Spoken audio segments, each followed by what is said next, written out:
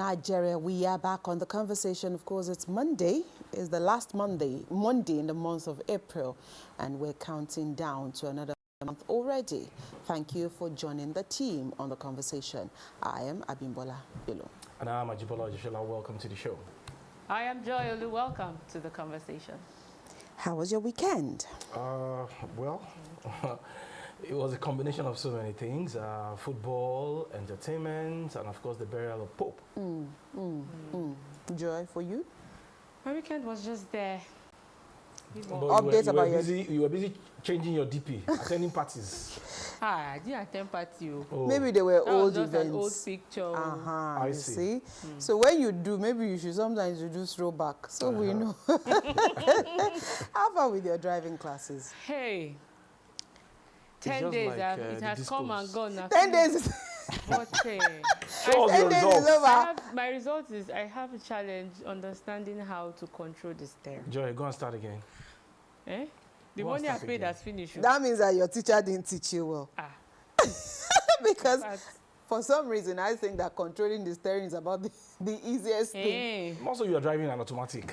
It's a toy. Oh, well, so maybe but so here's the thing. I think most driving schools, do they use automatic now? Because I know they use joystick. It's automatic. They use auto. So that should be easy peasy for you. So you don't waste Mr. Olu's money. Then you should try and build your confidence. It's just the confidence. I think it's more of the confidence. It's the confidence. Oh, okay. My weekend, I didn't even step out of my gates since on Friday. And, this morning. But did I rest? But we're doing countdown to school's resumption today. And when this morning came, the people that they said they were excited last night, it was, I want to sleep. I said, for where? Off you go. The holiday is over. So, for football, Liverpool fans, we rooted for them and they won. Yes, and, playing second fiddle like I put on a platform yesterday is in the DNA of a particular club. And for that particular championship, Champions League now, I know they are not going to win. They will fail again. I'm talking about Arsenal. Leave Arsenal, leave them. Of course, it was a win-win for, we're rooting for Liverpool. And of course, it was another beaten by Barcelona to Real Madrid, Copa del Rey. And I'm like, okay, Real Madrid, is it that you're finally over this season? Well, Baba is even leaving. He has tried. He has tried. I'm sure that even his gums are tired of chewing gums already. Carlos Ancelotti can just be one man like that. But for me, I think Arne Slot deserved all the accolades he got this season. He met the structure he met on ground. He continued. Yeah, he did. And he ensured that they finally won the league. So congratulations to Liverpool fans and to those of us that were rooting for Liverpool by the side anyway. And I saw some people asking you yesterday, Chelsea Nko. You were not rooting for the club. Conference. We're going to win that. And that league, the log is changing every now and then. Newcastle is up now. And Nottingham. It is only the first place that is decided. Until the last match, anything can still happen. Arsenal, I hope you stay second, Chao.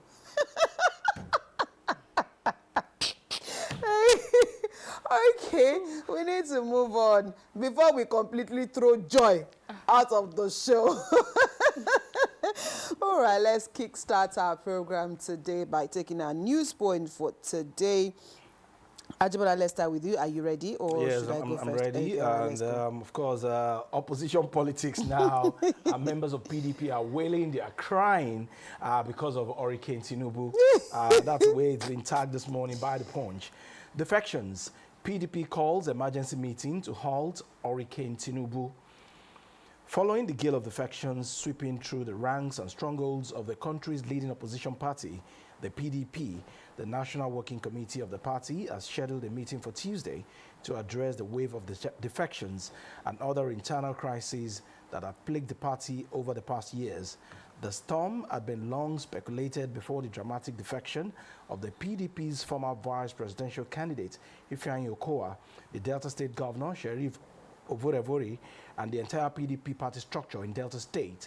Delta Deputy Governor Monday Onyeme, state commissioners, local government chairman, and the state grassroots machinery all moved en bloc to the APC after a closed-door session in Asaba last week, following Hurricane Tinubu, that's the part I like, which had swept the PDP apart, with the opposition claiming the country was drifting towards a one-party state. The party is facing one of its most difficult times since its formation in 1998, having lost several members in the federal parliament, the latest being Oluwole Oke, a 5-term member of the House of Reps from Osun State. More defections, as being touted, will place the party at a competitive disadvantage with the ruling APC with less than 2 years to the 2027 general election. Meanwhile, Senator Samuel Anyanwu, recently reaffirmed as National Secretary by the Supreme Court, has vowed to attend the meeting despite the stance of the Bauchi State Governor, Bala Mohammed, who led the PDP Governors Forum. A high-ranking source who spoke on condition of anonymity due to lack of authorization to comment on the matter said that the NWC will address the defection of the party members to the APC and explore ways to prevent further defections. The PDP has faced persistent internal strife both before and after the 2023 elections, leading to increasing instability and divisions across the country. So members of the PDP are crying and they are trying to salvage the umbrella from tearing apart. Are you sure the umbrella is The umbrella is... It's thought already. Oh my God! They're probably also just trying to, you know, the holes that, you know, are in the umbrella, just trying to patch the holes. You know, things have been falling apart for PDP for quite some time, and I think if not careful, that party is still going to face a whole lot of issues going forward. And just like you said, when I saw the headlines, Hurricane Tinubu, I'm like, okay, hurricane. But my worry or my fear in all of this is I just do hope that we're not gravitating towards a one-party state. That's just my fear here. If other parties are able to still go into elections, still able to vie for positions, it's okay by me. What I really do not want to see is us all, you know, all towing the path of just one party. And like some school of thought to say, it is at your own peril if you do not join the APC at the moment. But again, we're talking about a democracy. A democracy is not just one party state. You should be able to, you know, stay in your party and still have mouths in your party. But again, we usually have those problems because all the parties lack ideologies. For me, it's the same people. In just going about with the same mentality. It's because they do not have ideologies, and so it is more or less like it is what works for you will work for me. One way or the other. So it is not about my belief, my interest. Bread and butter. That's what's playing out. Yeah. But we must commend the likes of, okay, I don't know whether to commend them Yes, or not. And Ayo Fayoshi. They are wearing the uniform of PDP. They are clothes but they are campaigning for APC. See, I've said, don't vouch for politicians. Don't kill yourselves over politicians because politicians will always be politicians. I even honestly. call them politricians because they will trick you. Okay, let's take the second story this morning. Tinubu asks opposition not to blame him for intra-party affairs. President Bola Tinubu on Sunday told the opposition elements in the country to lick their wounds and stop blaming him for their alleged gross incompetence to manage the affairs of their party. The president also said politicians changing party affiliation is not new or peculiar to Nigeria, pointing out that in more advanced democracies, there are already examples of notable politicians, statesmen and women who changed their parties. He further stated that the accusations that the administration is baseless, the accusation that his administration is moving towards authoritarianism are baseless and exaggerated, adding that democracy in the country is not in any way being said to be under threat. The president, who spoke via a statement issued by his spokesman Bayo Ononuga, wondered why the defection of some members of the ruling party, the All Progressives Congress, like the immediate past governor of Kaduna State, Malam Nasir El-Rufai, to the Social Democratic Party's SDP, should be celebrated, while the defection of some members of the opposition party should be condemned. The statement titled, Democracy Strong and Alive in Nigeria, Ignore Alarmists, partly read. We have read the alarming claims of disgruntled opposition figures, some partisan human rights crusaders and emergency defenders of democracy over recent defections of key members of the opposition parties into the governing All Progressives Congress. It goes on and on and on and on and on. It's actually a long read. Let me end by quoting here that Mr. Ononuga said those opposed to the Tinubu administration should understand that they can issue diatribes without fear against the government because we practice a thriving democracy. We want to state that democracy is not threatened or undermined simply because politicians exercise their rights to freedom of association. And of course, the statement said that under President Tinubu, democracy is strong and the multi-party democratic system will continue to flourish unhindered. Will continue to flourish. That's the thrust of the story. When members of the opposition, be it Labour, PDP, those are the two major parties that we have, are defecting in their numbers to the APC, all because of 2027. Yeah. I laughed when I saw the governor of Delta State when it came to the APC. Weeks before then, he was telling people, no, I'm not going to leave the PDP. And Delta State is one of the strongest hold of the PDP. Now, all of them, they are APC members. I saw. And Governor of Akwa Ibom is campaigning for Mr. President. Well,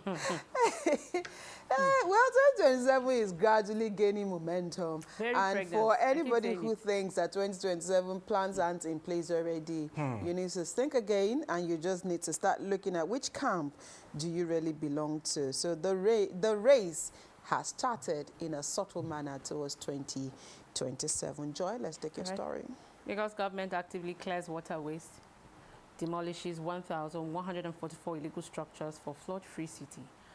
Driven by its commitment to create a flood-free Lagos, the state government actively removed 1,141 illegal structures in the past year to reclaim drainage right-of-ways across the metropolis.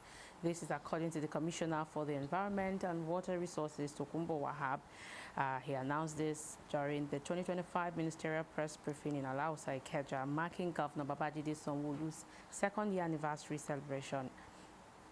Wahab detailed significant restoration work on key drainage systems, including the 3.5-kilometer system 40 and 40A at Alaba International Market Channel and Franklas Channel, the 3.0-kilometer system 34B Ayetoro Teku Ishashi Drainage Channel in Ojo Local Government, and the 2.5-kilometer system 131 Odo Iraye Channel in Ekpe Local Government area. The Commissioner highlighted that the government restored 12 primary drainage channels totaling 32.5 kilometers from 2023 to date. In 2024 alone, 84 secondary channels spanning 96 kilometers were cleared. The state plans to tackle 4 more primary channels in 2025. If you go through the story, it goes on and on, talking about the achievements of the ministry in the last 2 years or 1 year. Well, Lagos, of course, is always very intentional about these things. And we do know that the rains are now here, and those areas are usually very flooded or usually mostly affected when these things come. But I think as much as government is doing its part, citizens must also do their part, because you still see people throw things from moving vehicles. You still see people doing certain things, and you keep wondering, even if you cannot read, can't you see? Because sometimes I don't get our attitude. So government will continue to play their part, but we as citizens must also do same. And even when there is crisis of flooding, who is going to suffer? The government will not be there, because the government would have done its own bit. They are the one that will suffer for it. So if you like, keep your environment clean. If you like, don't keep it clean. When it rains, your environment will get flooded. You will suffer for it and first. You suffer for it. Okay. I hope people can learn. I hope so. All right, let's go to the X platform this morning and take a look at one of the many trending stories on that platform today. Burkina Faso is trending, and for the good reasons this time round. I'm sure you all remember that that country at the moment is under the military junta, but the military the president of Burkina Faso, Ibrahim Traore, is receiving so much love at the moment. He's receiving so much accolades, and you know, he's doing so well. And you know, the latest is the fact that Burkina Faso will start hosting international games again after meeting CAF standards. The country was banned from hosting international games in 2021, and President Ibrahim Traore renovated the August 4th stadium in Ouagadougou to fix the issue. The renovation started in 2023, and now they have CAF nod to start hosting championship again. We all remember what Burkina Faso, you know, went through earlier. We had thought that under the military junta, it was going to be worse for the country. Obviously, it's getting better. And aside from he's 43. the renovation of that particular sports Stadium. facility is equally constructing roads and Yeah, doing and so some well. of the equipment that he bought is actually training the youth to operate those equipment, Right. ensuring that they are engaged, giving them employment, Grassroots and people are rooting for this mobilization. guy. People on the street of Italy, they are holding the flag of Burkina Faso. But that is not to say that we are supporting military rule. No. So again now, perhaps we're just looking at why he's trending and saying that, you know, against contrary views that, you know, military rule will impoverish the people and all of that. He's doing so well in the country. We're not supporting, you know, the junta. We're just saying that at least the Burkinabés are doing well under this administration. Democracy, they say, remains the best form of governance. But if the people in that country are having it good under their president, it is their country. It is. So It is their country. All they want it is is good their governance. country, yes. All they want is good governance.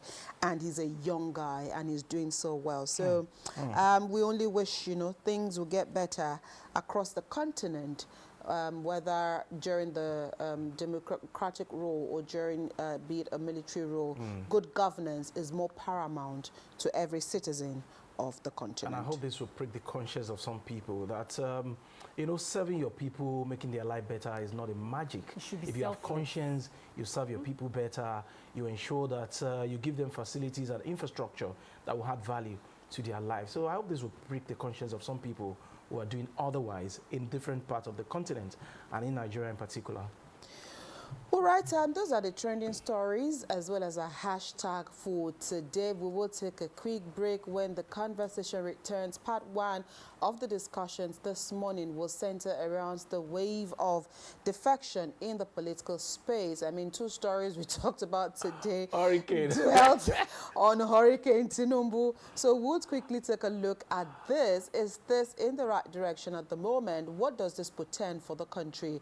And how do we begin as individuals to identify with our politicians? All of these and more after this short break.